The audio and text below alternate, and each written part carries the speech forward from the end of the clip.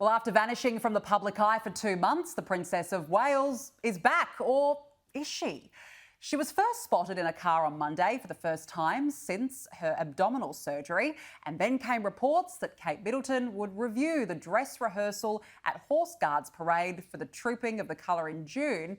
But it seems that may no longer be the case. The Army has since removed mention of Kate attending, just 12 hours after announcing the tickets were on sale.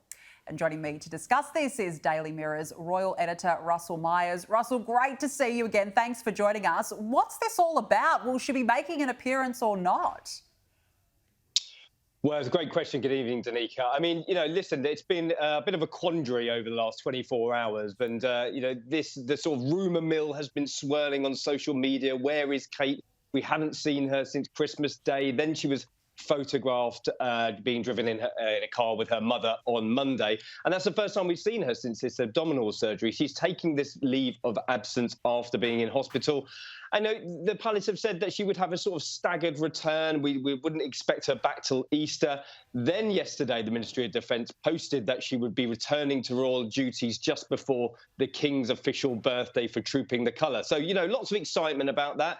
Kensington Palace got involved. They said we're the only people who are going to confirm her diary. Somebody's basically had their hands dragged over the coals about making such a big mistake as putting that diary entry out online, and it's been taken off. So your guess is as good as mine at the moment, Danica. Yeah, that's a huge mistake because it certainly caused a lot of rumours. So, well, as you said, your guess is as good as anyone's. Be interesting to see what happens.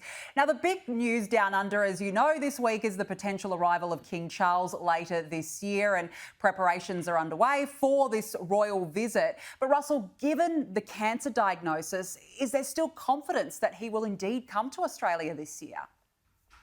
Well, I think it's a positive step. I mean, Anthony Albanese said this week that they would be welcoming, or certainly plans are in place to welcome the King later on in the year. One would assume that would happen alongside the Commonwealth Heads of Government meeting, which is in Samoa in October. So I think it's a positive step. Very, very different tact between the palaces. The King has been very, very open, first of all about his enlarged prostate procedure. Then, of course, his cancer diagnosis. We've seen him out and about whilst he's undergoing treatment. Very, very different, of course, to the Princess of Wales, who is respecting her, trying to respect her own privacy. But I do think this is a positive step. I think that we will have these plans, enlarged over the next few months, and certainly the King and Queen will be very, very keen to come and see you guys as soon as possible. Well, hopefully, and I know the states here have been quabbling over which state he may visit, so it remains to be seen which one he actually goes to. Now, the Duchess of York, Sarah Ferguson, she's actually made a surprise trip down under herself to Melbourne this week for the first Australian Global Citizen Now Summit.